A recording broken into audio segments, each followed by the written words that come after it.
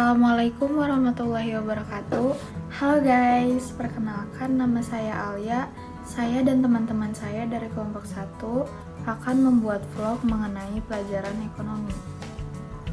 Ekonomi itu sendiri berasal dari bahasa Yunani yang artinya pihak yang mengelola rumah tangga.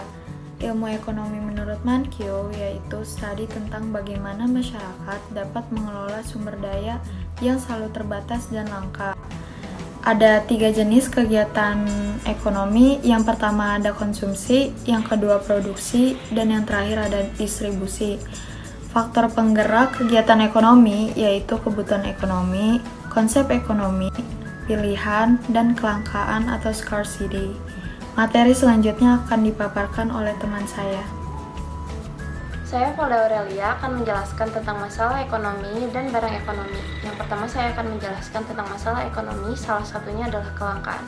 Kelangkaan dapat terjadi akibat adanya ketidakseimbangan antara permintaan masyarakat dan faktor-faktor produksi yang tersedia di masyarakat. Yang kedua adalah kebutuhan masyarakat, yaitu keinginan masyarakat untuk memperoleh barang ataupun jasa yang disertai maupun tidak disertai dengan kemampuannya untuk membeli.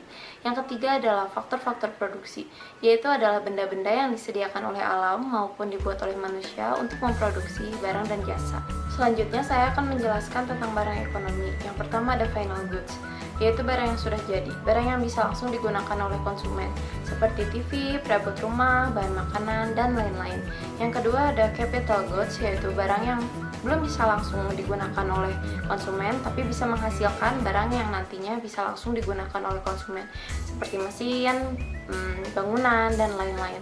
Lalu yang terakhir ada capital goods, yaitu bahan baku. Lalu barang ekonomi juga dibagi menjadi 2 sesuai jenis kebutuhannya.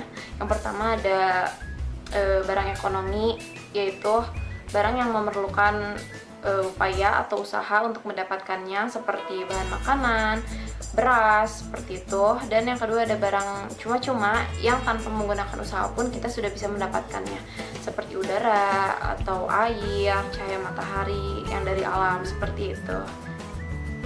Sekian pemaparan materi dari saya. Materi selanjutnya akan dilanjutkan oleh teman saya Iman.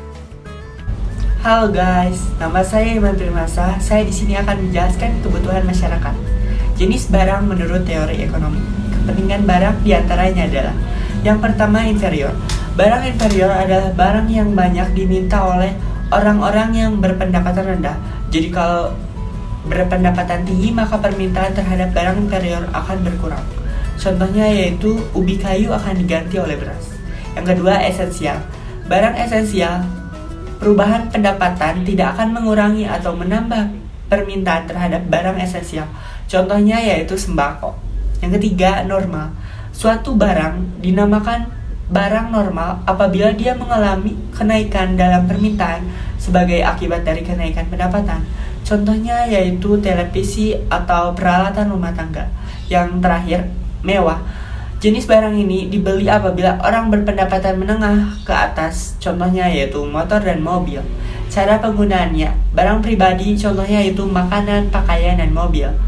Publik, contohnya yaitu jalan raya atau lampu lalu lintas. Materi selanjutnya akan dipaparkan oleh teman saya yaitu Nada. Nama saya Nada Ulfa Yasmin. Selanjutnya saya akan menyebutkan tentang faktor-faktor produksi. Yang pertama tanah dan sumber alam, yang kedua tenaga kerja, yang ketiga modal, dan yang keempat keadaan keusahaan. Masalah-masalah ekonomi yang ada seperti kelangkaan membuat kita harus membuat pilihan. Adapun alasan kita mempelajari ekonomi, yaitu pertama untuk berpikir rasional dalam membuat keputusan, yang kedua mengetahui bagaimana masyarakat berinteraksi, dan yang ketiga memberikan pencerahan terhadap isu pengetahuan ekonomi internasional. Untuk materi selanjutnya akan dipaparkan oleh teman saya, Yohana. Hai, kenalin nama aku Yohana Teresia Prentice, aku dari kelas EB 4507. Nah, sekarang aku menjelaskan tentang sifat-sifat teori ekonomi, penggolongan lingkup ilmu ekonomi, dan teori ekonomi. Nah, pertama itu sifat-sifat teori ekonomi. Nah, sifat-sifat teori ekonomi bagi 2, ada ekonomi deskriptif sama ekonomi terapan. Yang pertama, deskriptif itu adalah yang teori ekonomi yang berdasarkan fakta atau sesuai keadaan. Pokoknya kayak sesuai dengan keadaan atau keadaan sebenarnya. Nah, kalau terapan ini adalah teori yang menelaah tentang kebijakan yang harus dilaksanakan untuk mengatasi masalah-masalah ekonomi. Nah, selanjutnya ini adalah penggolongan lingkup ilmu ekonomi. Itu ada dua, mikro sama makro.